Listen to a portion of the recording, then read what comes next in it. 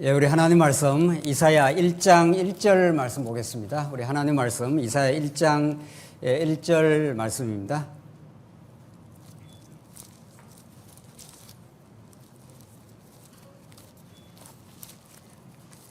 예, 찾으신 줄 알고 봉독 드리겠습니다. 이사야 1장 1절 말씀입니다.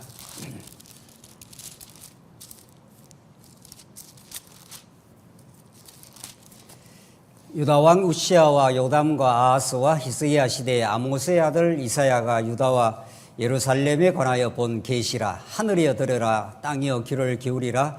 여호와께서 말씀하시기를 내가 자식을 양육하였거늘 그들이 나를 거역하였도다. 소는 그 임자를 알고 나귀는 그 주인의 구유를 알건만은 이스라엘은 알지 못하고 나의 백성은 깨닫지 못하는도다 하셨도다. 슬프다 범죄한 나라여 허물진 백성이요 행악의 종자요 행위가 부패한 자식이로다. 그들이 여호와를 버리며 이스라엘의 거룩한 일을 만홀히 여기고 멀리하고 물러갔도다. 너희가 어찌하여 매를 더 맞으려고 폐역을 거듭하느냐. 온 머리는 병들었고 온 마음은 피곤하였으며 발바닥에서 머리까지 성한 것이 없이 상한 것과 터진 것과 새로 맞은 흔적뿐이언을 그것을 짜며 싸매며 기름으로 부드럽게 하지 함을 받지 못하였도다. 6절까지 우선 봉독드렸습니다. 우리는 첫 시간 선지서를 하나님께서 구약의 마지막에 기록하게 하신 하나님의 깊으신 뜻을 우리가 확인을 했습니다. 선지서는 구약 역사서와 시가서를 총결산하는 하나님의 살아계심과 그 속성을 하나님의 심정을 담아서 재확정하는 이제 구약의 결론과도 같은 말씀입니다. 선지서에 드러나는 그 하나님의 놀라운 능력, 이스라엘 백성들을 그의 부패에도 불구하고 끝까지 사랑하심, 그런 것들을 우리는 읽어낼 수 있을 것입니다. 이사야 선지자는 이제 그 시대가 우리가 북이스라엘의 멸망 즈음입니다. 기록 연대가 한 750년 주전부터 695년 긴 시간에 걸쳐서 이사야의 예언이 떨어지는데, 이사야라는 말 자체가 여호와는 구원이시다 이런 뜻입니다. 이스라엘 백성들의 구원의 손길이 아수르에 있는 것도 아니고 그들이 잘못 섬기는 우상들이 그들을 구원해 주는 것이 아니라 약속의 하나님 여호와 하나님 한 분만이 그들의 구원이시다 하는 것을 드러내고 있습니다. 이사야의 우선 구조를 확인하고 이제 본문으로 바로 들어가겠는데, 이사야는 우리 첫 시간 확인한 대로 크게 이제 두 구조로 되어 있습니다. 1장에서 39장까지가 그들을 사랑의 진노를 하시는, 심판하시는 하나님, 때리시는 하나님으로 이사야 1장부터 39장이 그렇게 기록되어 있고, 그리고 40장부터 66장까지가 그들을 회복 혹은 구원시키시는 그 여호와 하나님, 회복시켜서 이사야 말미에 가면은 얼마나 그 찬란한 시온의 회복, 시온이라고 하는 예루살렘이 얼마나 놀라운 방식으로 회복된다는 것을 거의 환상적 그림을 통해서 이제 그려주고 있습니다. 이것이 장차 오실 메시아 안에서, 예수 그리스도 안에서 이루어질 내용이라는 걸 우리가 확인했습니다. 이제 그런 이제 구조로 되어 있는데, 이 구조를 이렇게 심판하고 이제 회복시킨다.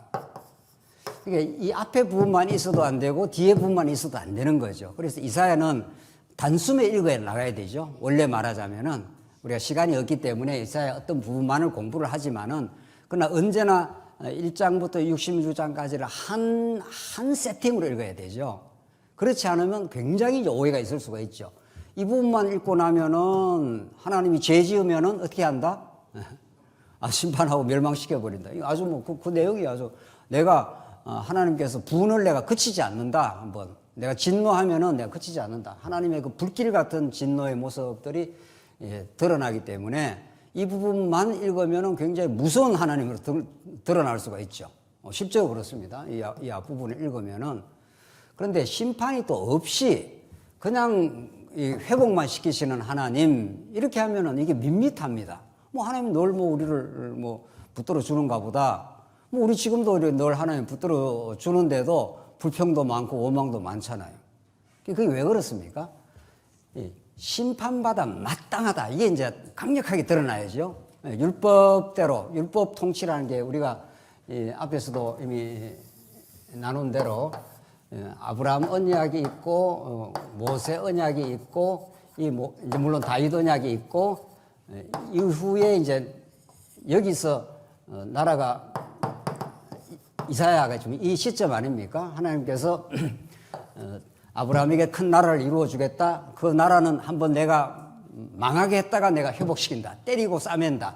흩어지고 내가 모으겠다. 그래야 너희들이 다시 회복될 때 이 원래 아브라함에게 한 나라가 얼마나 은혜의 나라인가를 우리가 알게 되고 찬송하게 된다. 이게 큰 틀입니다. 큰 틀이. 자, 그렇기 때문에 하나님께서는 이 아브라함 언약이 언제나 근간이 되는 거죠. 모세 언약은 아브라함 언약에서 드러난 그 크고 놀라운 하나님을 기억하게 되는, 짝하르하게 되는 그런 통치 방법입니다. 이 고아와 과부를 너희가 잘 돌봐라 이렇게 말한 것은 이렇게 도덕적 어떤 자선 사업을 하라 이런 뜻이 아니라고 그랬죠. 고아와 과부를 돌보게 될 때 우리가 얼마나 고아와 과부 같은 존재였는가, 하나님을 떠났던 존재였는가, 하나님 아니면 살 수 없는 존재인가, 하나님 여호와를 기억하라 이런 뜻입니다. 모든 것은 하나님을 기억하게 하는, 그래서 아브라함 언약을 기억하게 하는 장치입니다. 그 하나님을 하나님답게 알게 되면 반드시 옆에 사람을 이웃을 사랑하게 되어 있습니다. 그게 이제 근본 목적입니다. 이웃을 사랑하라는 게 목적이 아니라 하나님을 기억하여 그 은혜에 넘치는 삶을 살게 되면은 그게 흘러 넘쳐가게 되어 있습니다. 당연히 그건 하지 말아 해도 합니다.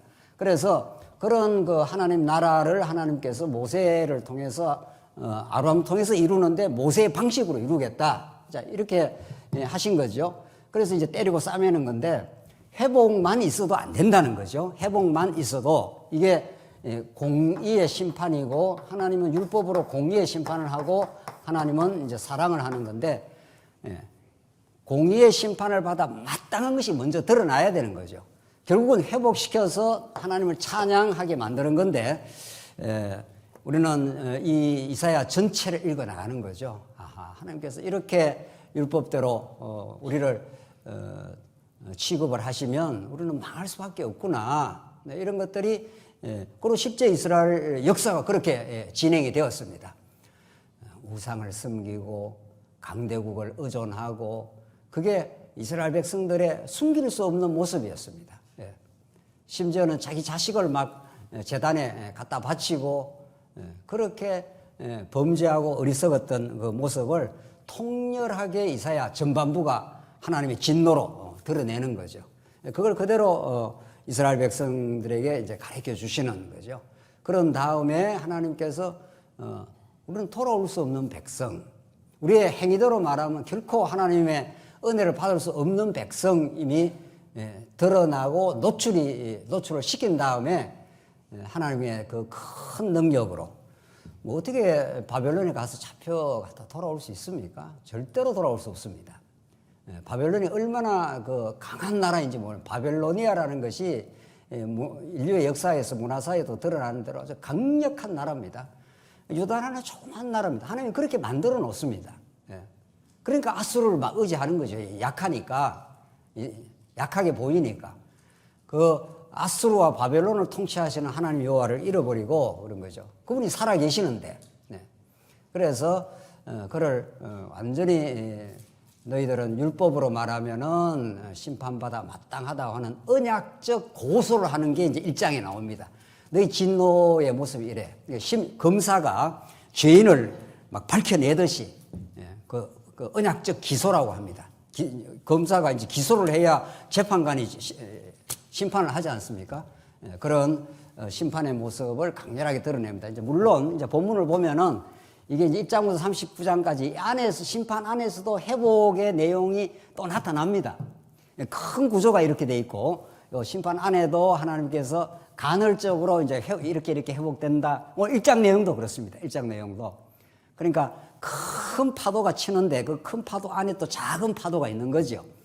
큰 구조 속에 또 작은 구조가 있어가지고 물리학에서 프랙탈 구조라고 똑같은 내용이 계속 계속 이렇게 반복되면서 큰 무늬를 이룹니다. 그 나뭇잎을 보면 똑같은 나뭇잎이 계속 이렇게 이루어지는 것처럼 하나님의 큰 자기 계시의 역사 속에 심판 안에 또 회복이 있고 또 심판 안에 또 회복이 있고 작은 구조로 들어있으면서 얼마나 문학적으로도 아기자기하면서 그렇게 하나님의 말씀이 흘러가는지 모릅니다. 자, 그래서 이 심판과 회복이라는 이 강렬한 주제에 이 예수님이 십자가에 처절하게 심판당합니다. 정말 예수님이 율법의 저주를 받아서 여러분과 저가 받아야 될 언약 백성 모두가 받아야 될 그 언약의 저주를 처절하게 받습니다.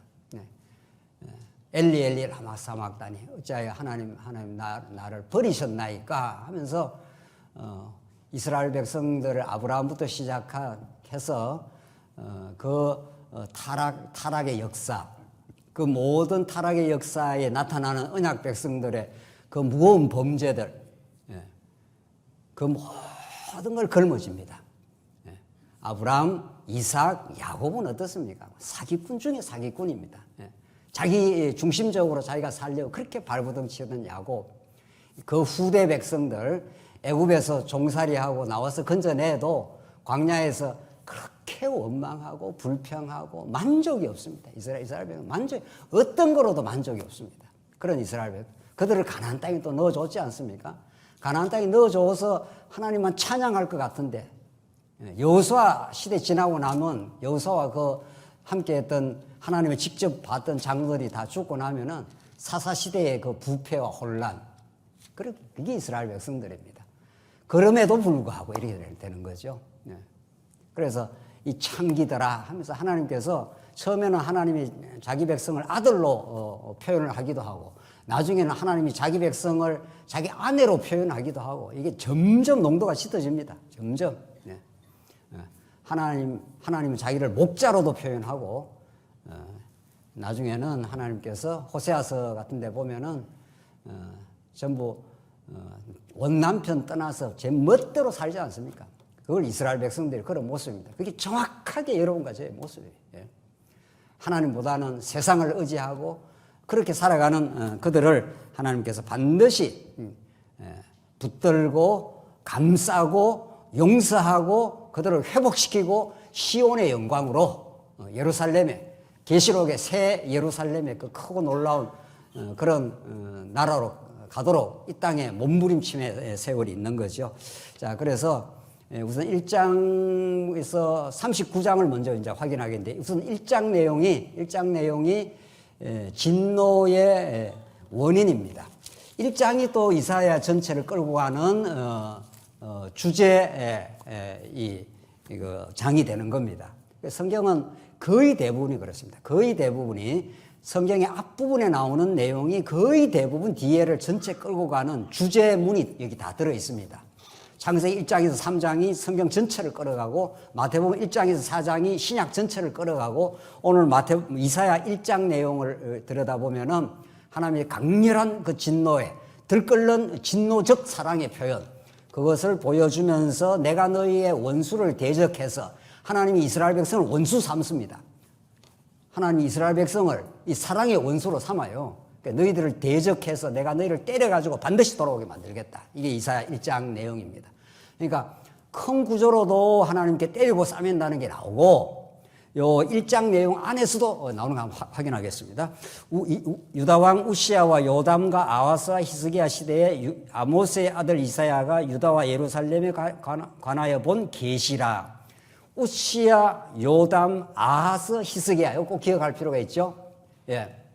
이 긴 수십 년에 걸친 장장 이사야가 대략 한 55년, 750년부터 695년 이런 긴 시간에 걸친 네 왕들을 걸쳐가면서 하는데 우시야는 우리가 잘 아는 대로 아주 강건했습니다.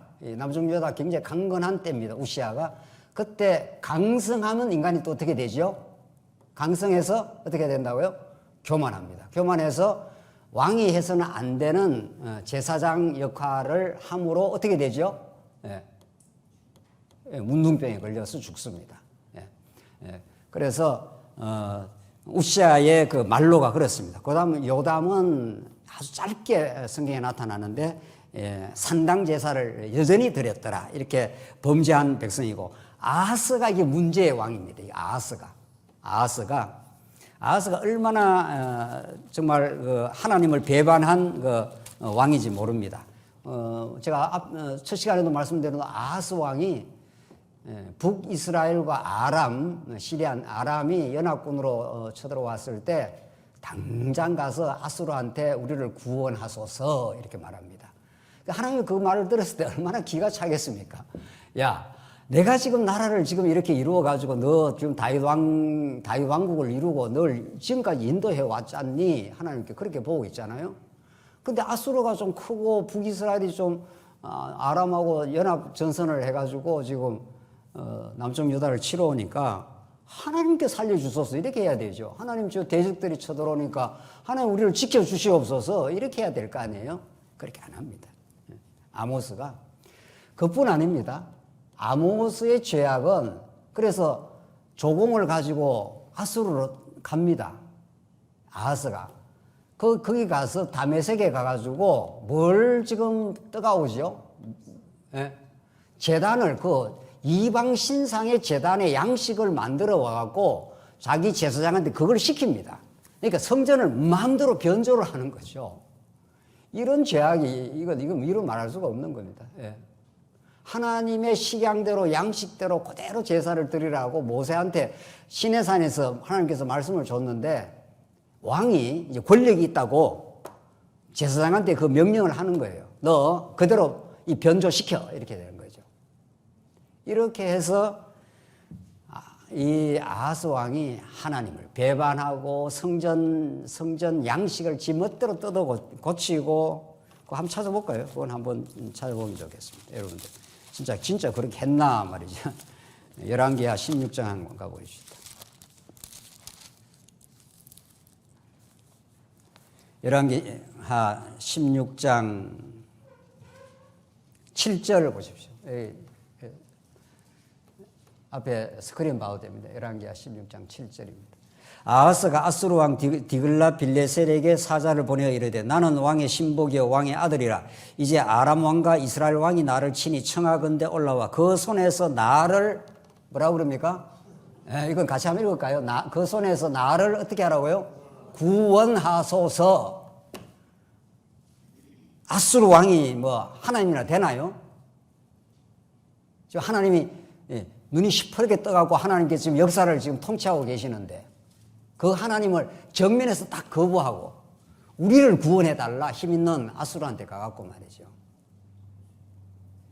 이게 우리의 모습이라고요. 정확한 우리의 모습입니다. 조금만 뭐 어려운 일이 있거나 힘든 일이 있거나 하면은 하나님 찾기보다도 주변에 힘 있는 사람들, 주변에 능력 있는 사람들, 그 사람이 우리를 구원해 줄 것 같은 그런 환상, 거짓 환상을 우리가 가지고 있는 거죠. 그 손에서 나를 구원하소서 이렇게 말해요. 세상에.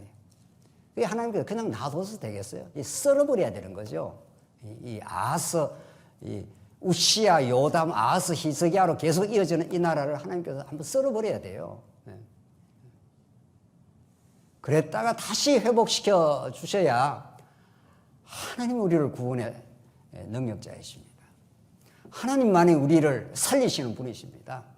그 하나님을 하나님답게 알게 하시려고 그래서 선지자들이 그렇게 여호와를 알라 그게 너의 구원이다 이렇게 말해요. 호세아도 하나님을 하나님답게 알게 하기 위해서 하나님께서 이 땅에 보내는데 10절 보십시오. 10절 아하스 왕이 아수르의 왕 디글라 빌레셀에게 만나러 다메섹에 갔다가 거기 있는 제단을 보고 아하스 왕이 그 제단의 모든 구조와 제도의 양식을 그려 제사장 우리야에게 보냈더니 아하스 왕이 다메섹에서 돌아오기 전에 제사장 우리야가 아하스 왕이 다메섹에 보낸 대로 모두 행하여 제사장 우리야가 제단을 만든지라. 이거 완전히 제단 변조 아닙니까? 제단 변조. 그러니까 하나님의 예배는 말씀을 떠나서는 예배되지 않습니다. 예배당에 온다고 예배가 되는 게 아닙니다. 예배당에 열심히 잘 나온다고 예배되는 게 지금 이사야 1장이 지금 잘 나옵니다. 너희가 헛되게 내 마당을 밟는도다. 하나님 여호와를 제대로 알아야 예배가 되는 겁니다. 그래야 우리가 그분을 전폭 의지하고 그분 안에서 만족을 얻습니다. 그게 예배라고요. 뭐 하나님 알지도 못하고 내가 교회 가서 오늘 그래도 뭐 하나님께 기도라도 하면 내 자식들이나 내 지금 하고 있는 일이 그래도 안전 보장은 되겠지. 이건 우상을 섬기는 거지. 그 자기를 섬기는 거예요. 자기 욕망을 섬기는 거라고요. 그러다가 조금 어려움만 생기면 하나님께 원망하고 말이죠. 왜 내가 이렇게 교회를 열심히 다루는데 내가 하나님 내게 어려움을 주느냐고. 그럼 뭐 하나님 섬기는 거 아니죠. 이 제단을 변조하는 거나 마찬가지예요. 제단이 생긴 그대로 해야 됩니다. 하나님이 주신 그 제단. 예수 그리스도 그 제단과 성전의 최종 성취자이신 예수 안에서만 예배가 되는 거죠. 신령과 진정으로 예배드리라는 게 있어 성령과 진리로만 예배가 되는 거죠. 그래서 여러분과 제가 이렇게 진리에 절절한 겁니다. 진리 아니고는 어떤 것도 가능하지 않고 진리를 거슬러 우리는 어떤 것도 할 수가 없고 진리를 거스리면은 예배가 되질 않습니다. 그래서 지금 이사야서가 말하는 그 말씀은 이런 그 아하스 왕의 어리석음, 이게 우리의 어리석음인 거죠. 우리 방식대로 뭐 예배도 드리고 우리 방식대로 하나님을 섬기겠다는 거죠. 우리 방식대로 뭐 교회 일을 하겠다는 거죠. 하나님 하나도 원치 않습니다. 그거. 진리를 떠나서는 아무것도 아닙니다. 진리를 떠나서는. 하나님 뭐 우리를 통해서 뭐 이 땅에 무슨 큰 대단한 일을 이루겠어요?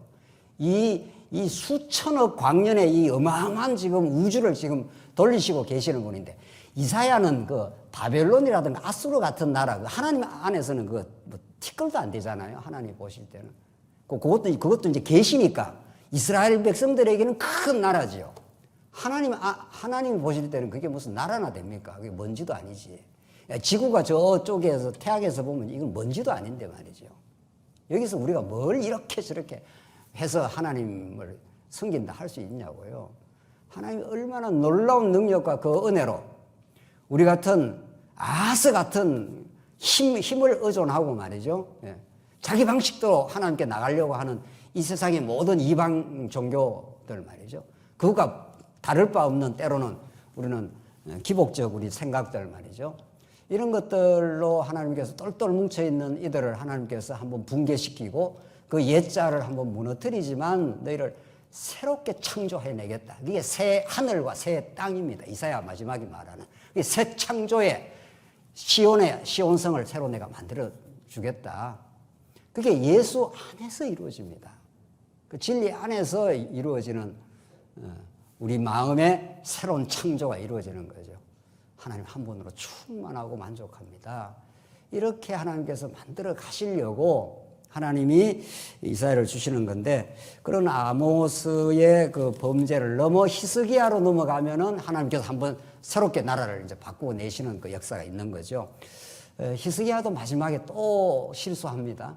히스기야가 병들고 이사야 39장에 가면은 이게 우시야, 요담, 아하스, 히스기야인데 히스기야가 굉장히 개혁을 하다가도 말년에 가가지고 바벨론 왕이 찾아옵니다.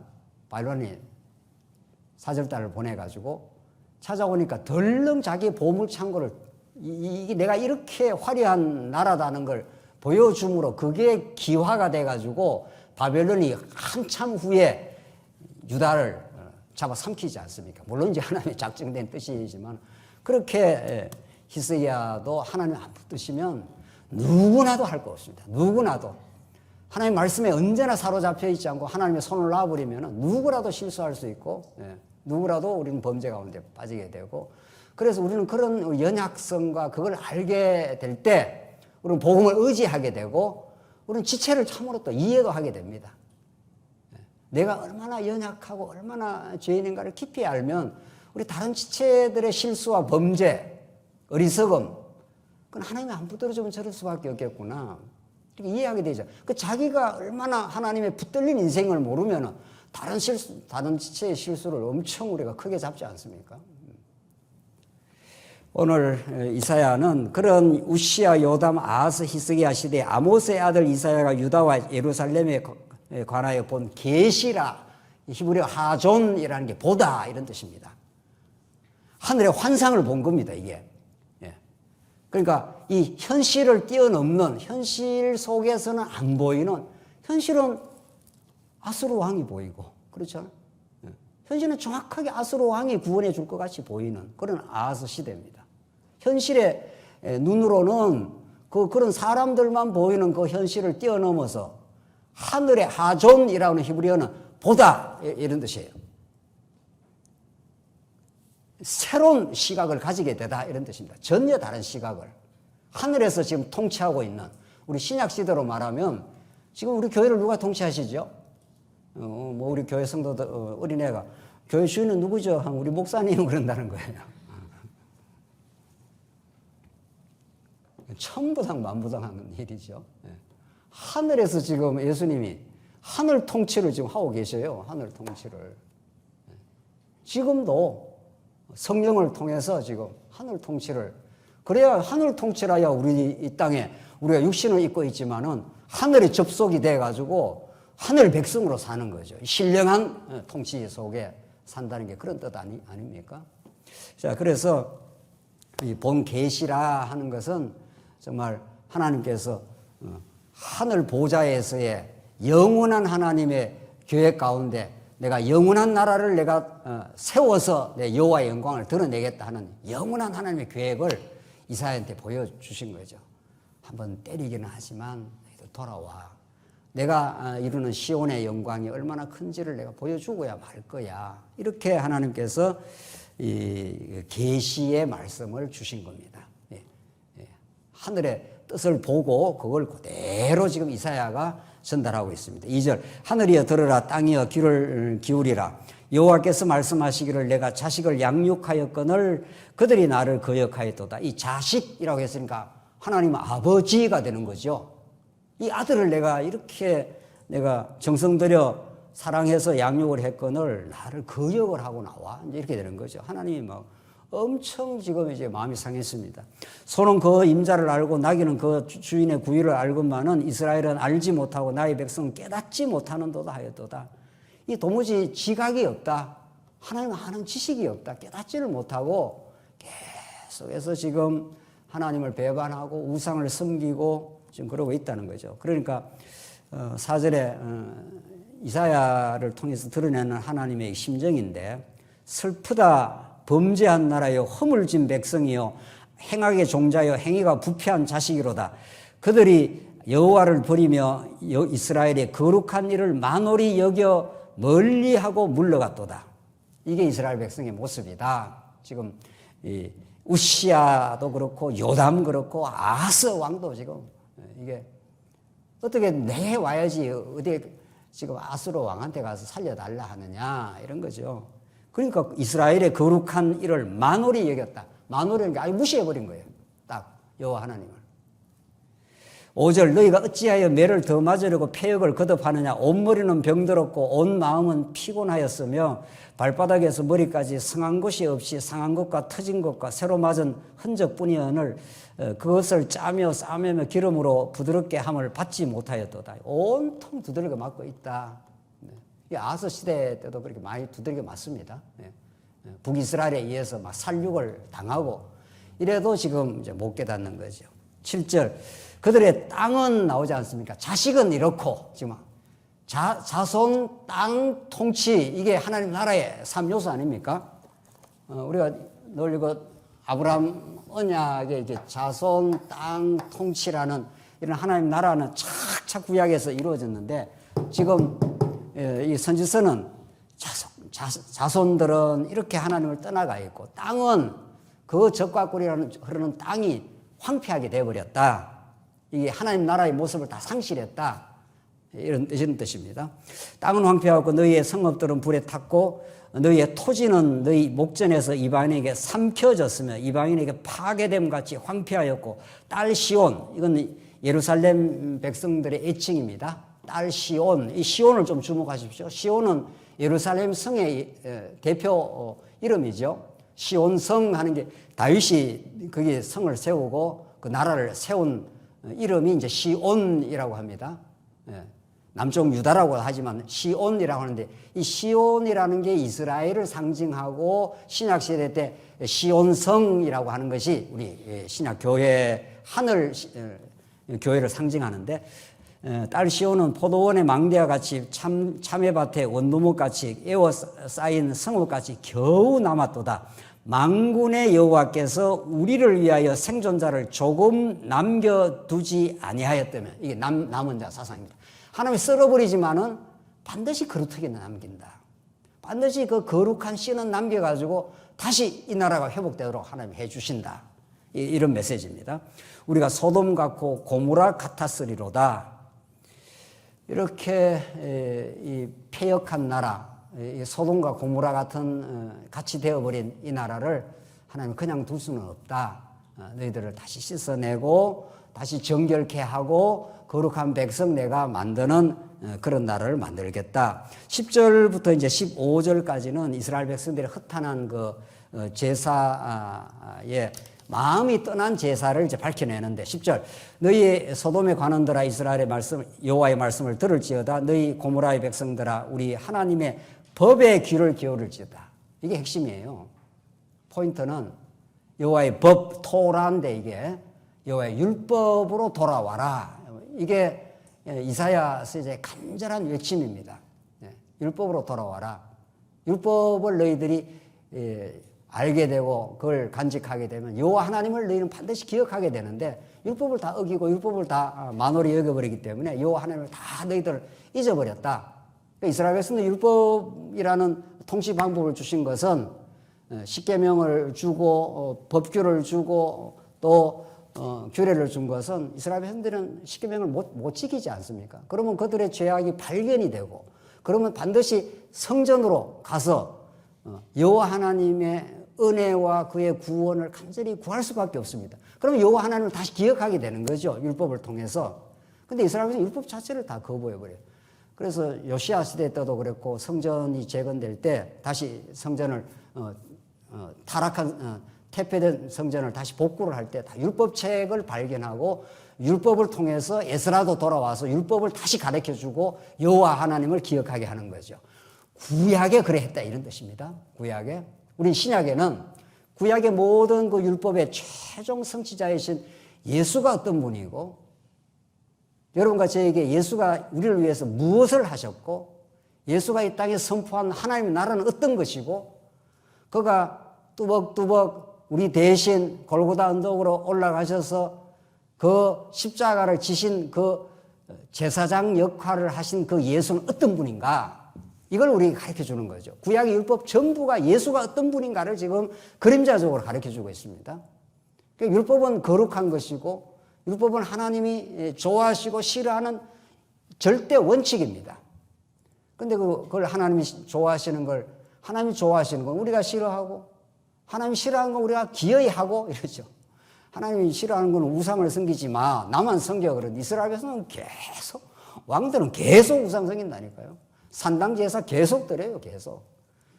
구약 백성들은 산당 제사를 드리지만 우리 신약에는 나는 제가 어느 교회에 오래전에 다녔는데 장로님이 기도할 때마다 추석날이 되면은 우리는 제사 드리는 거.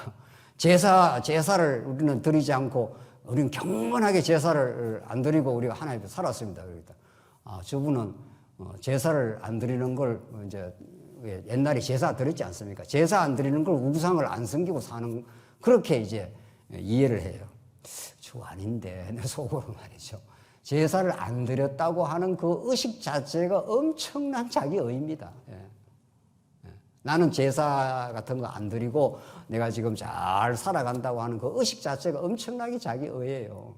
내가 그런 거 잘 한다 이런 뜻 아닙니까? 제사를 안 드려도 여러분과 저 안에 탐욕이 언제나 들 것입니다.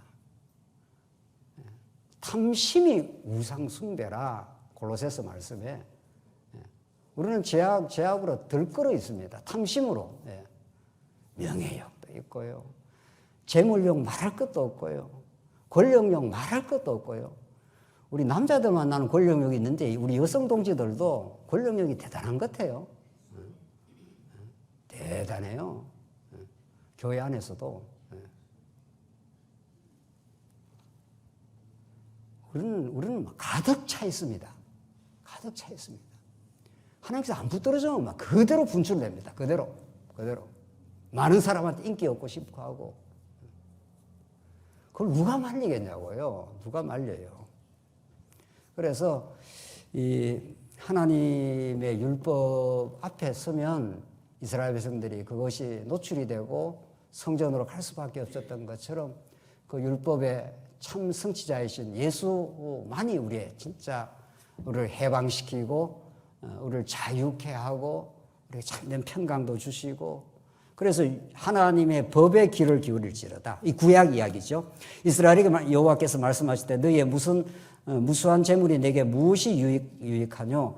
나는 숫양과 번제와 살찐 짐승의 기름에 배불렀고 나는 수송아지나 어린 양이나 수염소의 피를 기뻐하지 아니하노라. 너희가 내 앞에 보이러 오니 이것을 누가 너희에게 요구하였느냐? 내 마당만 밟을 뿐이라. 그러니까 형식적으로 껍데기로 계속 한다니까 우리는 잘했다. 지금 잘하고 있다. 이걸 하나님 가장 싫어한다는 거죠. 네 마음은 지금 딴 데 갔는데 지금 껍데기에 지금 왔잖아. 이런 거죠. 13절. 헛된 재물을 다시 가져오지 말라. 분향은 내가 가증히 여기는 바요. 월삭과 안식일과 대회로 모이는 것도 그러하니 성회와 아울러 악을 행하는 것을 내가 견디지 못하겠노라.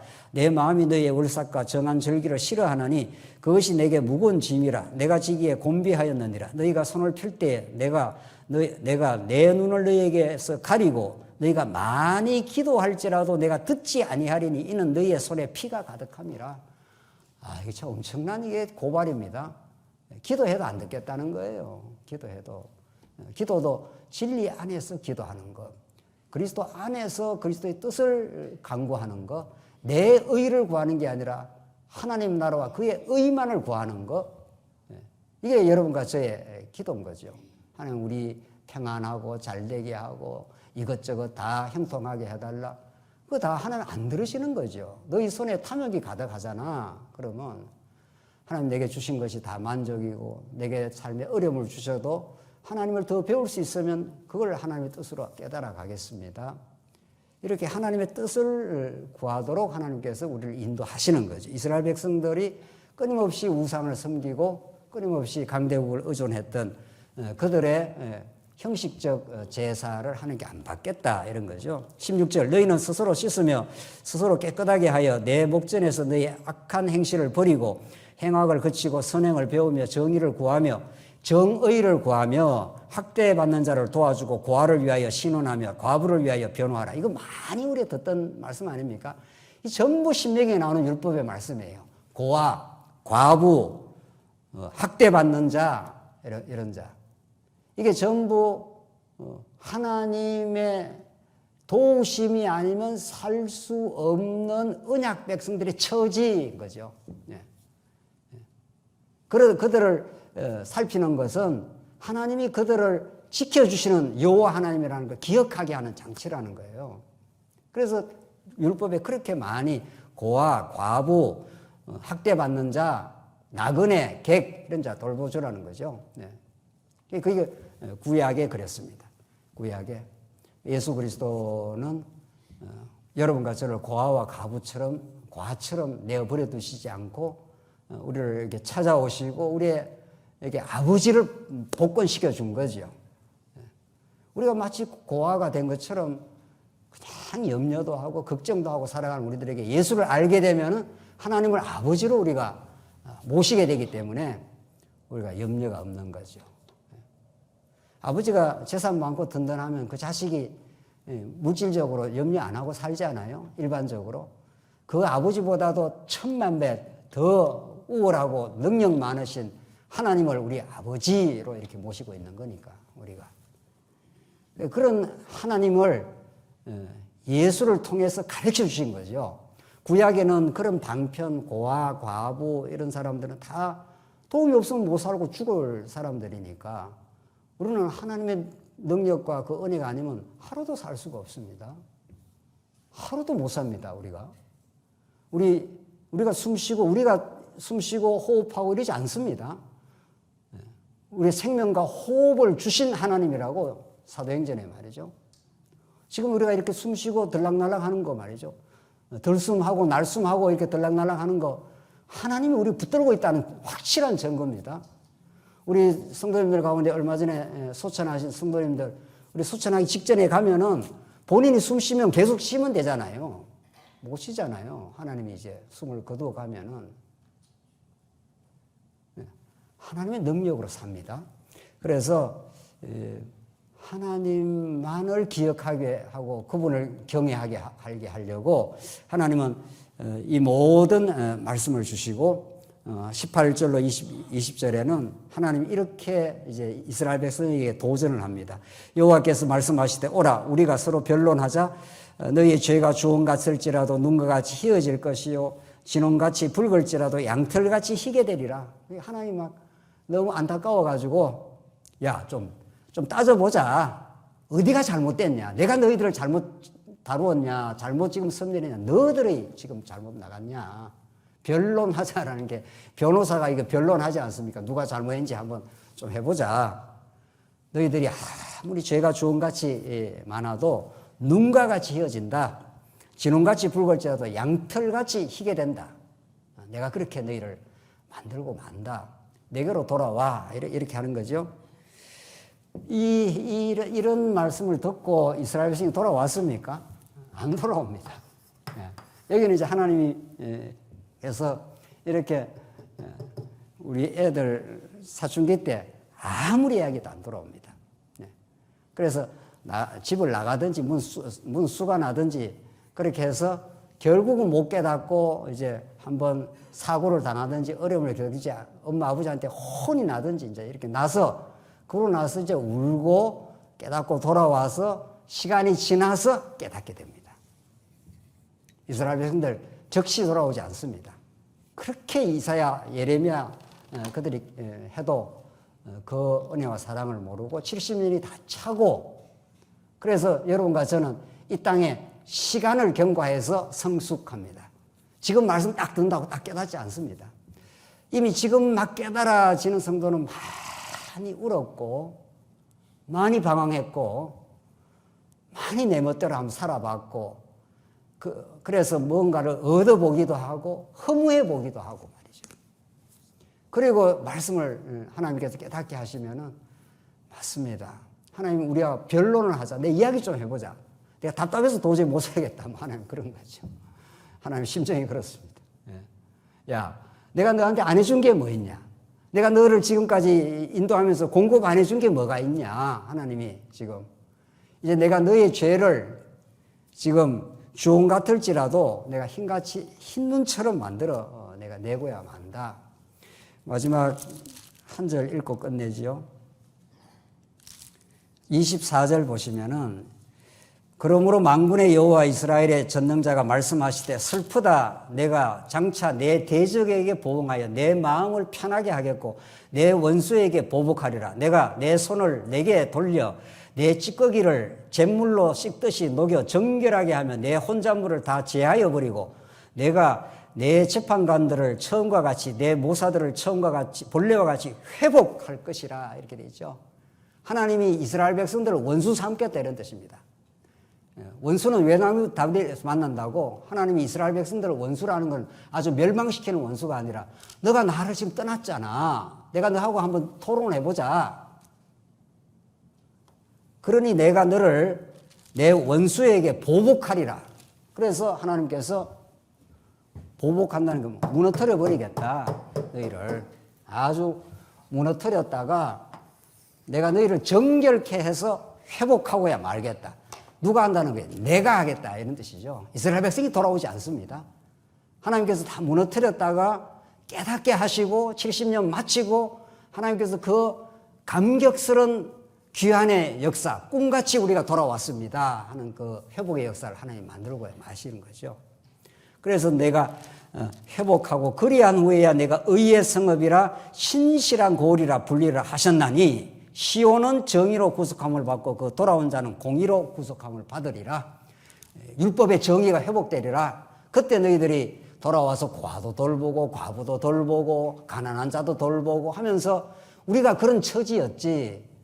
하나님이 우리를 이렇게 고아와 과부 같은 우리를 품어주시고 사랑해주시고 다시 기적 같은 방식으로 돌아오게 하신 여호와 하나님 이렇게 하나님께 만들어 주시겠다는 겁니다. 누구 안에서? 예수 안에서. 예.